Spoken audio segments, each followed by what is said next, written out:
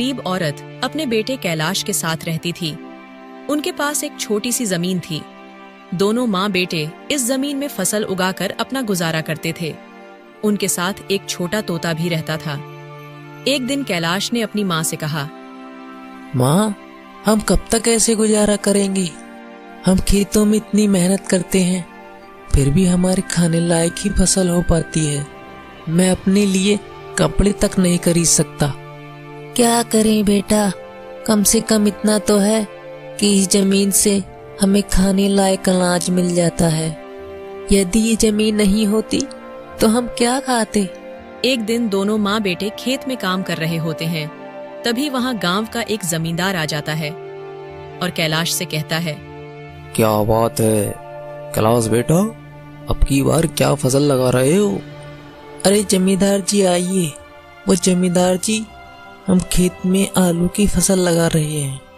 अच्छा, पर कैलाश, क्या तुम्हें पता है कि तुम्हारे पिताजी ने मरने से पहले मुझसे 10,000 रुपये उधार लिए थे। उसके बदले में जमीन के कागज दिए थे और कहा था कि जमींदार जी, मैं 6 महीने में आपका उधार दे दूंगा। लेकिन आज 5 साल हो गए और अभी तक मेरे पैसे वापस नहीं मिले।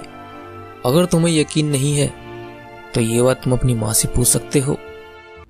देखो, मैंने पहले कुछ सालों में तुम्हारे पिता की मृत्यु के कारण कुछ नहीं कहा था, लेकिन अब बहुत हुआ।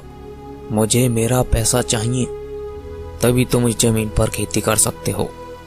इतना कहकर जमींदार वहां से चला जाता है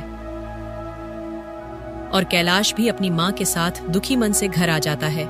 अगले दिन कैलाश अपनी माँ से कहता है, माँ, अब हम क्या करेंगे? जमींदार का कर्ज कैसे चुकाएंगे? मुझे तो अभी कोई काम भी नहीं देगा। हाँ बेटा, हमें कुछ करना होगा, नहीं तो हम भूखे ही मारे जाएंगे। रुक बेटा, मैं कुछ करती हूँ। इतना कहकर उसकी माँ घर के अंदर चली जाती है। फिर कैलाश की नजर तोते पर पड़ती है। वह सोचता है, अब हमारे पास कुछ नहीं बचा है और अब हम इसे क्या खिलाएंगे? यदि ये ऐसे ही भूखा रहेगा तो मर जाएगा। मुझे इसे कहीं सही जगह पर छोड़ना होगा। तभी कैलाश की माँ उसे आवाज देती है, बेटा, जरा यहाँ आना। मैं अभी आ रहा हूँ माँ। कैलाश उस तोते को एक जंगल के पास छोड़ देता है।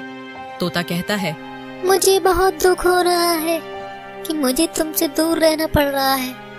अपना ध्यान रखना दोस्त। ठीक है, मैं तुमसे कभी और मिलूंगा।